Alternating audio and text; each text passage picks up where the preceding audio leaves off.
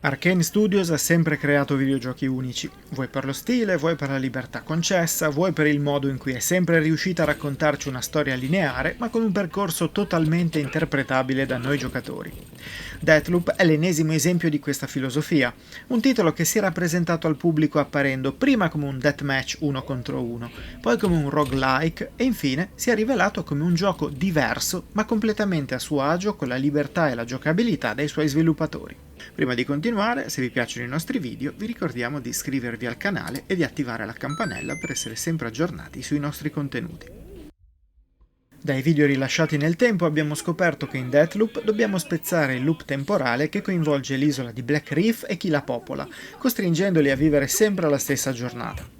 L'inizio in cui il protagonista viene ucciso da una misteriosa donna ci porta su una spiaggia facendoci credere che sia stato tutto un sogno.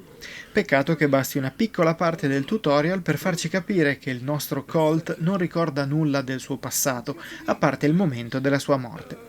Scoprirà poco dopo di chiamarsi Colt, scoprirà che la sua assassina è Julianna e scoprirà che morire è solo un modo per ricominciare la stessa identica giornata a Black Reef. Questo ricominciare, visto in altri giochi, qui diventa un elemento narrativo, perché se è vero che quando si muore o quando scocca la mezzanotte l'isola si resetta, è anche vero che quello che scoprirete durante le vostre esplorazioni rimarrà impresso nella vostra memoria e in quella di Colt, sotto forma di missioni attive e note da visionare all'interno dei menu.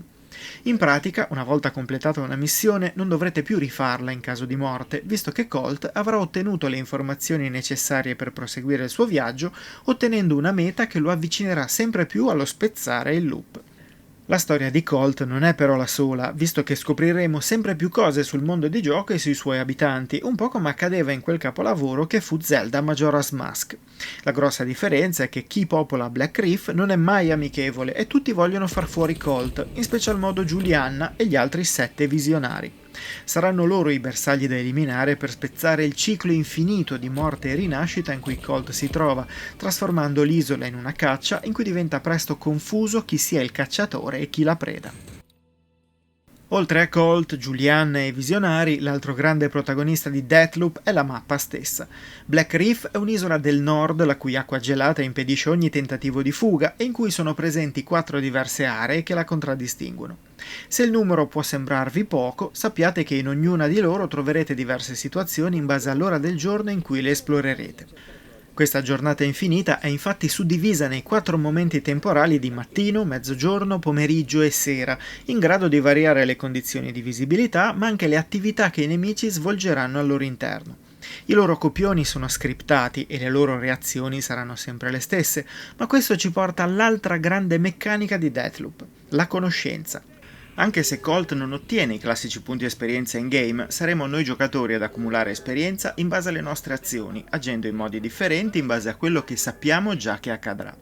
Questa conoscenza dei nemici va di pari passo con le ambientazioni, ricchissime di strade secondarie che diventeranno via via più numerose quando inizieremo ad ottenere i poteri dei visionari uccisi.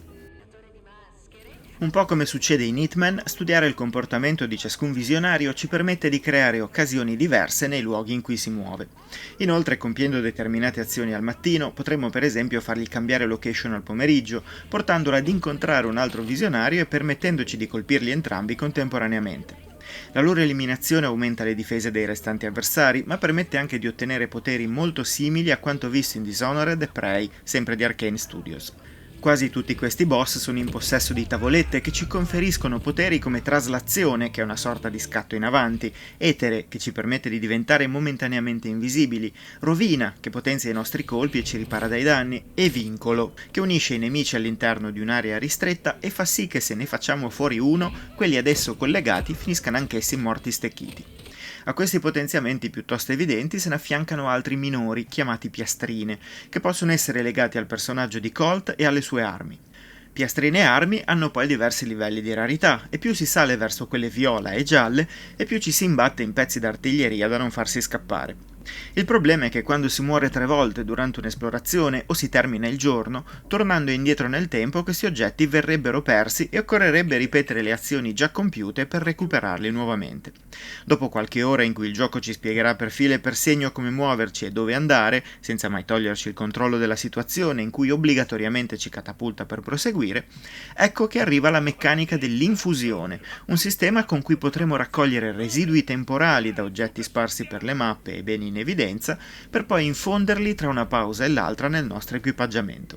Una volta fatto, l'oggetto infuso rimarrà per sempre nostro, rendendolo disponibile permanentemente nelle fasi di loadout precedenti alle nostre scorribande.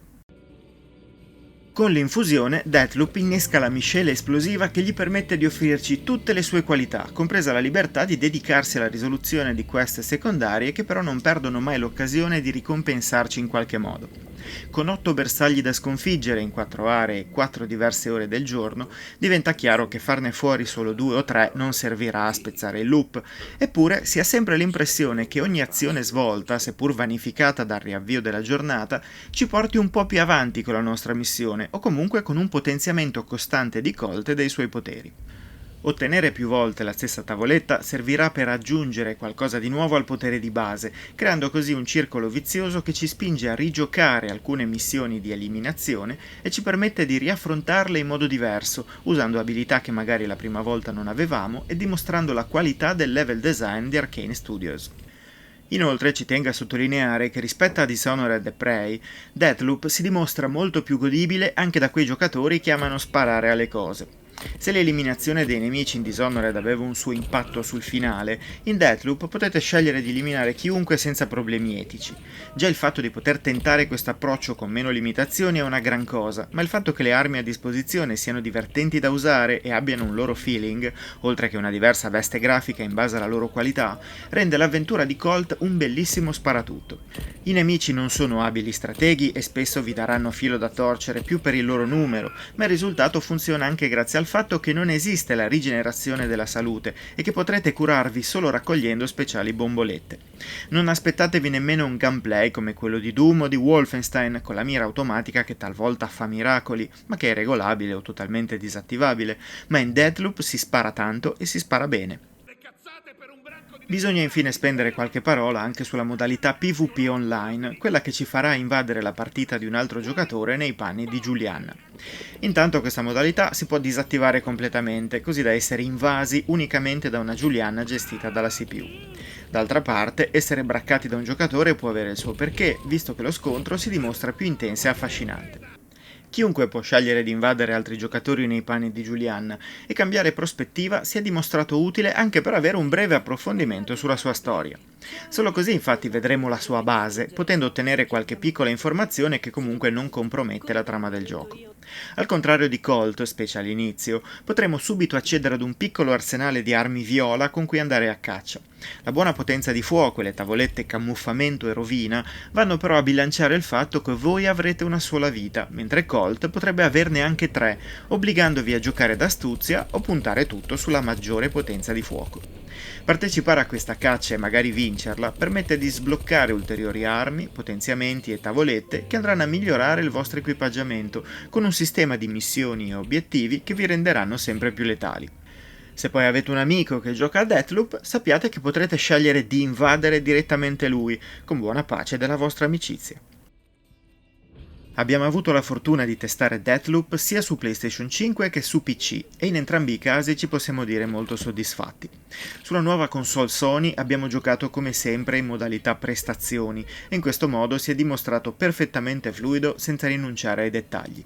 Gli effetti di luce e i poteri delle tavolette offrono parecchie meraviglie, così come le reazioni dei nostri colpi sui poveri eternalisti.